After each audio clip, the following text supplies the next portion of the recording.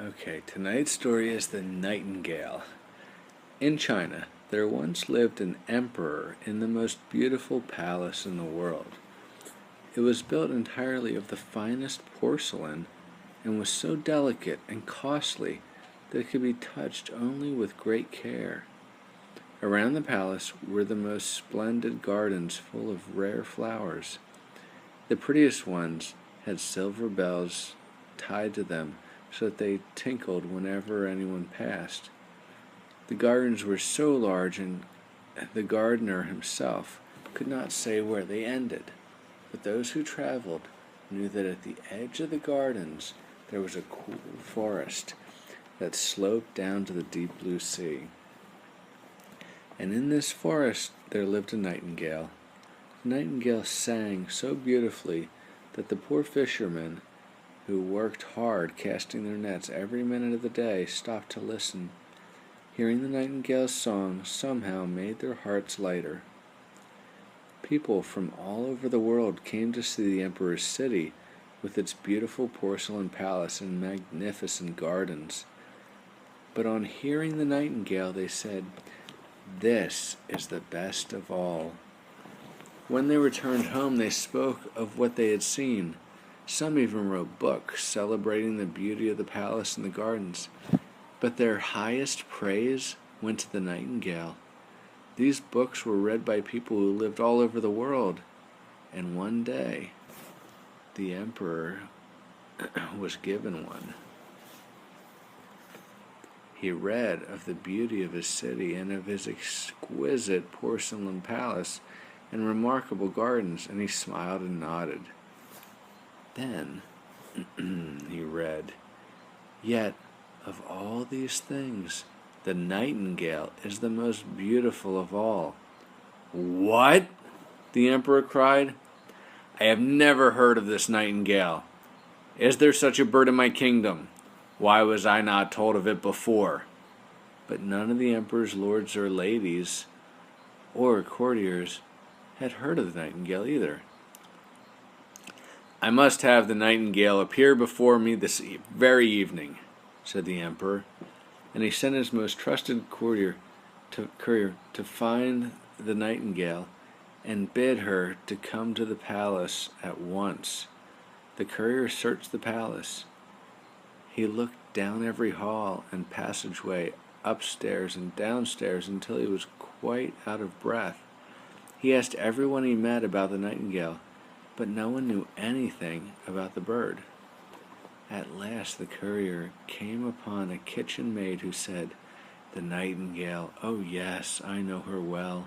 Every evening I visit my poor sick mother who lives by the deep blue sea. I am always tired when I start out, but as I pass through the dark forest, I hear the nightingale's song. I stop to listen. Her song always brings tears to my eyes, for I feel just as if my mother were kissing me." "Ah," the courier said, "if you will only lead me to this nightingale, I promise that you will always have a place in the emperor's palace." The maid agreed, so she led the courier to it and several ladies in waiting to the forest to find the nightingale. They had not gone far when a cow began lowing. "Oh," the courier cried, "that must be the nightingale now. I know I have heard her song before. What power she has for such a small creature."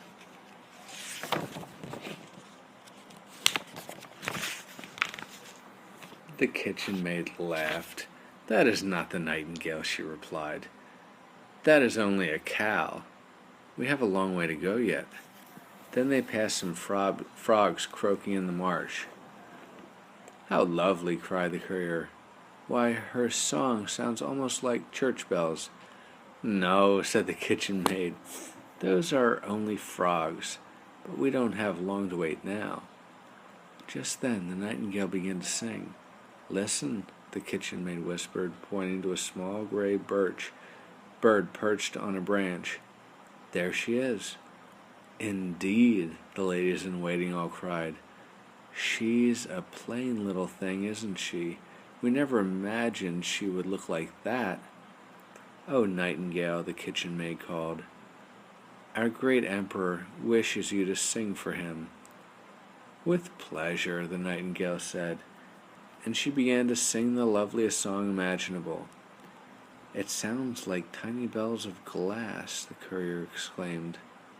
"Most unusual. I'm sure the nightingale will be a great success." "Shall I sing for the emperor again?" asked the nightingale, mistaking the courier for his majesty. "Oh, no," the courier said. Then he explained that the emperor wished her to present herself at court. "My song sounds better in the green forest," the nightingale replied, "but I will gladly come." In celebration that evening, the porcelain palace was lit with thousands of tiny silver and golden lanterns. All were dressed in their finest silks and satins, and placed beside the emperor's great golden throne was a golden perch for the nightingale. At last the nightingale was comfortably settled on her perch. The emperor then nodded at her to begin. Her song was so lovely that tears came to the emperor's eyes and rolled down his cheeks. On and on the nightingale sang. The music grew more beautiful until it had touched the hearts of all who heard it. When the nightingale finished, the emperor was so delighted, he said that he would give her his gold slipper to wear around her neck. But she refused it, saying, "I have seen tears in the eyes of the emperor, and that is reward enough." The emperor was so delighted with the nightingale, he commanded her to remain in the palace. She was given a golden cage and 12 servants to care for her. Everyone loved and admired the small bird. Some young ladies tried to mimic the bird, but to no avail. About a month later, the emperor received a large package with the word Nightingale written on it. "Why, this must be another book about our wonderful bird," said the emperor. But inside he found instead an artificial nightingale. It was made of gold and adorned with precious jewels.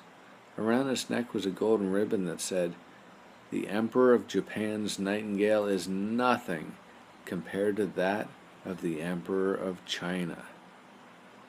When the gold bird was wound up, it sang like the real nightingale and even moved its tail up and down in time to the music.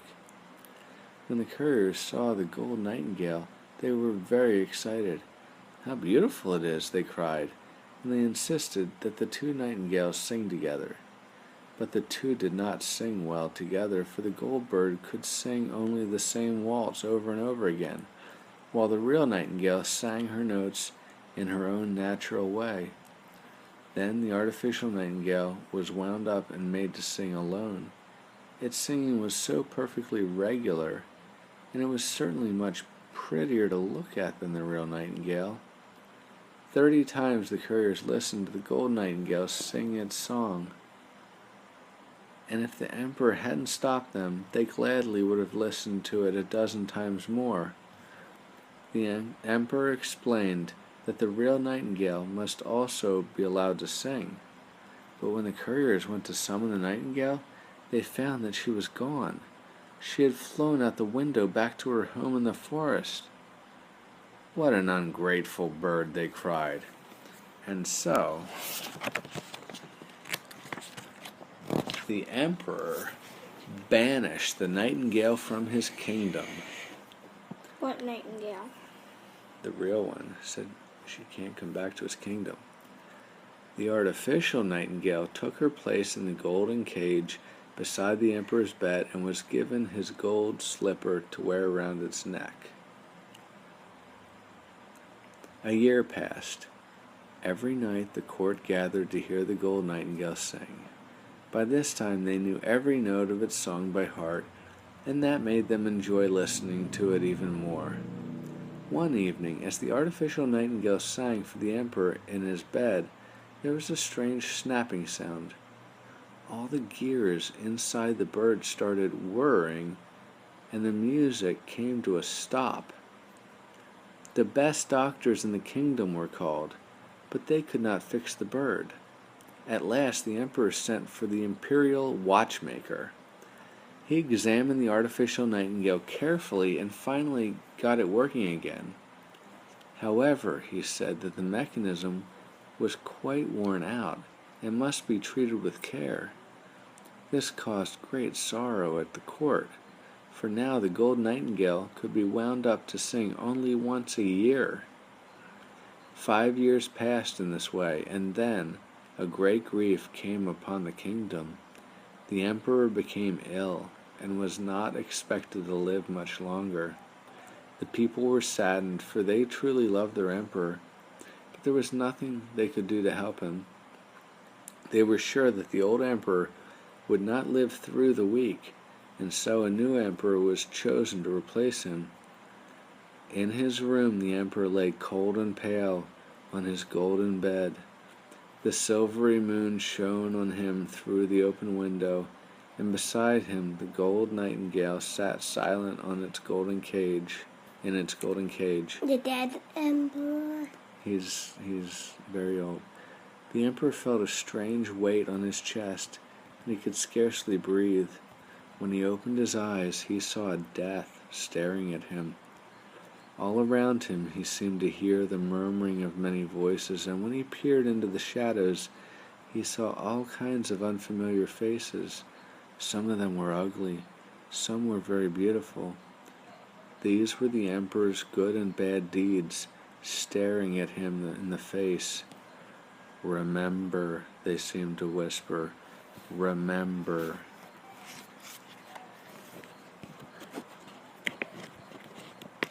The emperor, himself growing colder,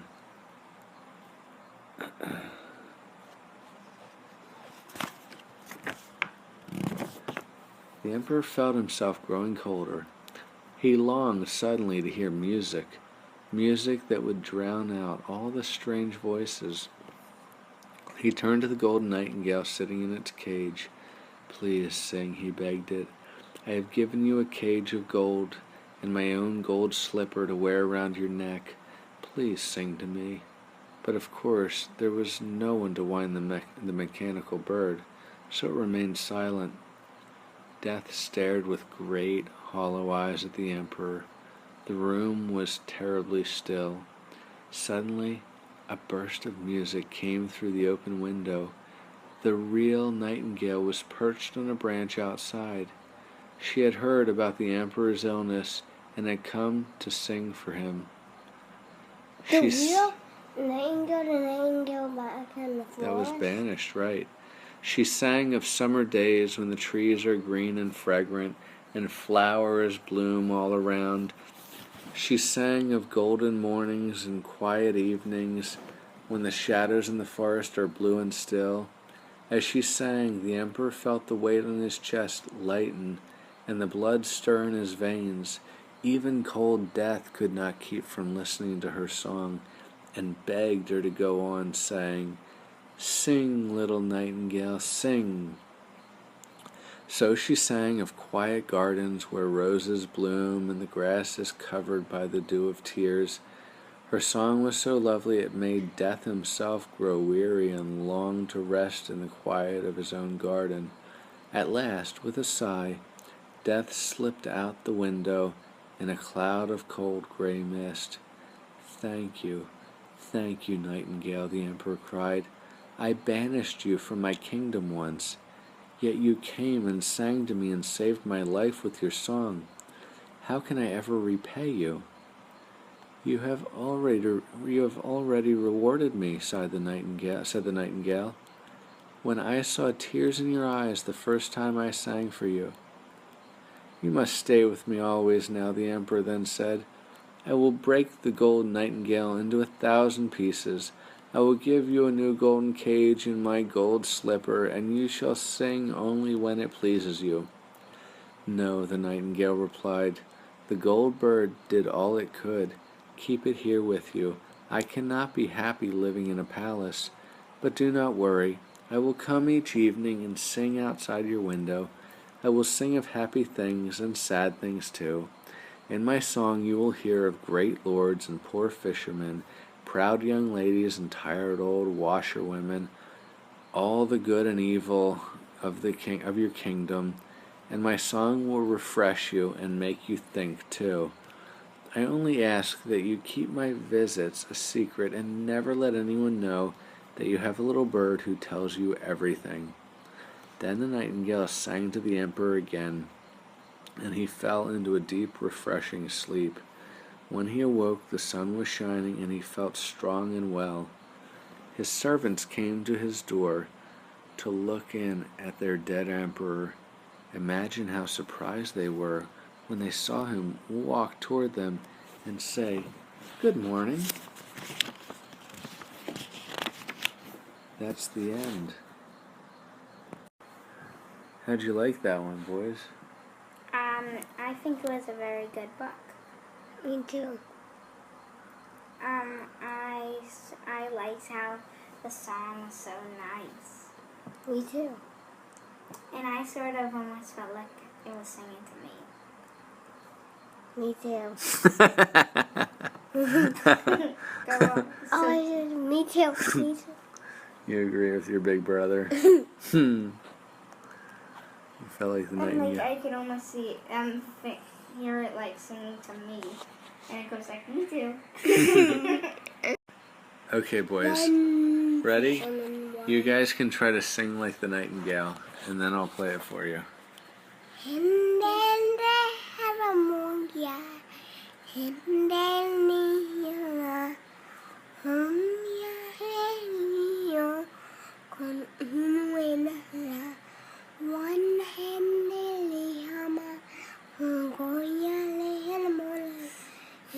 Fisherman is so bright, and isn't it the Mars? Up in the moon there is something bright. The black hole is nothing if bright, but the moon is as bright as a star shining. The sun is as bright as a hot fire blinding. Beautiful. Beautiful. Kai, do you want to do one? No, I want to hold. Oh, we have to. It's ready for Once there was some fishermen out on the sea, catching the fish for a dozen to see.